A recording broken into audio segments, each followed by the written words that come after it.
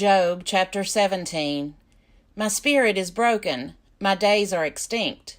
The grave is ready for me. Surely there are mockers around me, and my eye dwells on their provocation. Lay down a pledge for me with yourself. Who is there that will give surety for me? Since you have closed their minds to understanding, therefore you will not let them triumph. Those who denounce friends for reward, the eyes of their children will fail. He has made me a byword of the peoples, and I am one before whom people spit.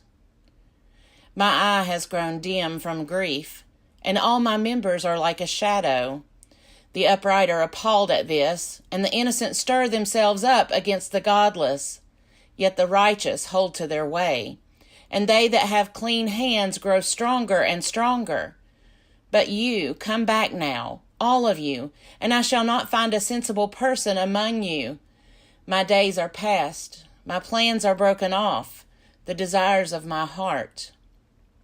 They make night into day. The light, they say, is near to the darkness. If I look for Sheol as my house, if I spread my couch in darkness, if I say to the pit, you are my father, and to the worm, my mother or my sister, where then is my hope? Who will see my hope? Will it go down to the bars of Sheol? Shall we descend together into the dust? Job chapter 18. Then Bildad the Shuhite answered, How long will you hunt for words? Consider, and then we shall speak. Why are we counted as cattle? Why are we stupid in your sight? You who tear yourself in your anger, shall the earth be forsaken because of you, or the rock be removed out of its place? Surely the light of the wicked is put out, and the flame of their fire does not shine. The light is dark in their tent, and the lamp above them is put out.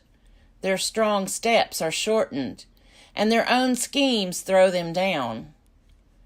For they are thrust into a net by their own feet, and they walk into a pitfall. A trap seizes them by the heel. A snare lays hold of them. A rope is hid for them in the ground, a trap for them in the path. Terrors frighten them on every side, and chase them at their heels. Their strength is consumed by hunger, and calamity is ready for their stumbling. By disease their skin is consumed. The firstborn of death consumes their limbs. They are torn from the tent in which they trusted, and are brought to the king of terrors. Job chapter 18. Then Bildad the Shuhite answered, How long will you hunt for words? Consider, and then we shall speak. Why are we counted as cattle? Why are we stupid in your sight? You who tear yourself in your anger, shall the earth be forsaken because of you, or the rock be removed out of its place? Surely the light of the wicked is put out, and the flame of their fire does not shine. The light is dark in their tent, and the lamp above them is put out. Their strong steps are shortened, and their own schemes throw them down. For they are thrust into a net by their own feet, and they walk into a pitfall. A trap seizes them by the heel. A snare lays hold of them. A rope is hid for them in the ground, a trap for them in the path. Terrors frighten them on every side, and chase them at their heels. Their strength is consumed by hunger, and calamity is ready for their stumbling. By disease their skin is consumed. The firstborn of death consumes their limbs. They are torn from the tent in which they trusted, and are brought to the king of terrors. In their tents nothing remains. Sulfur is scattered upon their habitations. Their roots dry up beneath, and their branches wither above. Their memory perishes from the earth, and they have no name in the street. They are thrust from light into darkness, and driven out of the world. They have no offspring or descendant among their people, and no survivor where they used to live. They of the West are appalled at their fate, and horror seizes those of the East. Surely such are the dwellings of the ungodly, Such is the place of those who do not know God. Job chapter 19. Then Job answered, How long will you torment me and break me in pieces with words? These 10 times you have cast reproach upon me, and you not ashamed to wrong me. And even if it is true that I have erred, my error remains with me. If indeed you magnify yourselves against me, and make my humiliation an argument against me, know then that God has put me in the wrong, and closed his net around me. Even when I cry out, Violence, I am not answered. I call aloud, but there is no justice. He has walled up my way so that I cannot pass, and he has set darkness upon my paths. He has stripped my glory from me and taken the crown from my head. He breaks me down on every side, and I am gone. He has uprooted my hope like a tree. He has kindled his wrath against me, and counts me as his adversary. His troops come on together. They have thrown up siege works against me, and encamp around my tent. He has put my family far from me, and my acquaintances are wholly estranged from me. My relatives and my close friends have failed me. The guests in my house have forgotten me. My serving girls count me as a stranger. I have become an alien in their eyes. I call to my servant, but he gives me no answer. I must myself plead with him. My breath is repulsive to my wife. I am loathsome to my own family. Even young children despise me. When I rise, they talk against me. All my intimate friends abhor me, and those whom I loved have turned against me.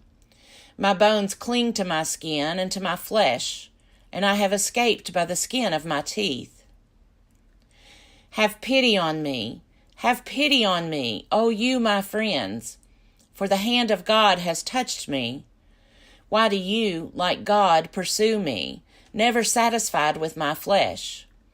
Oh, that my words were written down. Oh, that they were inscribed in a book. Oh, that with an iron pen and with lead they were engraved on a rock forever. For I know that my Redeemer lives, and that at the last he will stand upon the earth. And after my skin has been thus destroyed, then in my flesh I shall see God, whom I shall see on my side, and my eyes shall behold, and not another. My heart faints within me.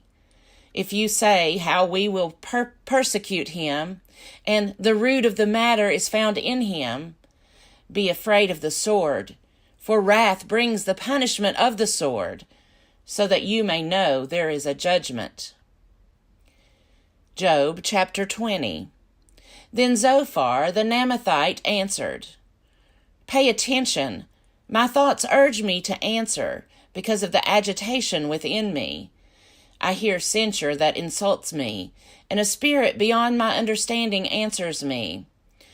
Do you not know this from of old, ever since mortals were placed on earth, that the exulting of the wicked is short, and the joy of the godless is but for a moment? Even though they mount up high as the heavens, and their head reaches to the clouds, they will perish forever like their own dung. Those who have seen them will say, Where are they? They will fly away like a dream and not be found. They will be chased away like a vision of the night.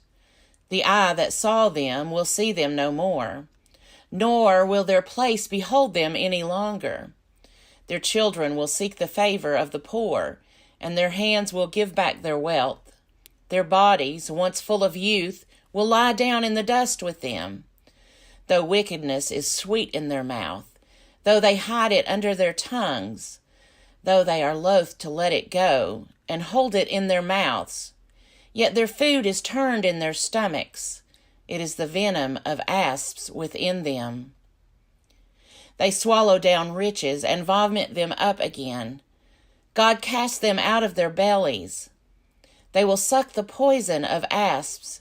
The tongue of a viper will kill them.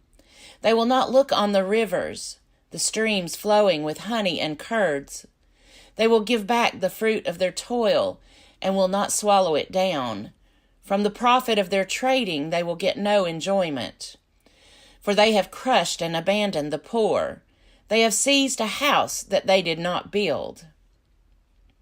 They knew no quiet in their bellies. In their greed they let nothing escape. There was nothing left after they had eaten. Therefore their prosperity will not endure. In full sufficiency they will be in distress. All the force of misery will come upon them. To fill their belly to the full, God will send his fierce anger into them and rain it upon them as their food. They will flee from an iron weapon. A bronze arrow will strike them through. It is drawn forth and comes out of their body, and the glittering point comes out of their gall. Terrors come upon them. Utter darkness is laid up for their treasures. A fire fanned by no one will devour them. What is left in their tent will be consumed. The heavens will reveal their iniquity, and the earth will rise up against them. The possessions of their house will be carried away, dragged off in the day of God's wrath. This is the portion of the wicked from God, the heritage decreed for them by God.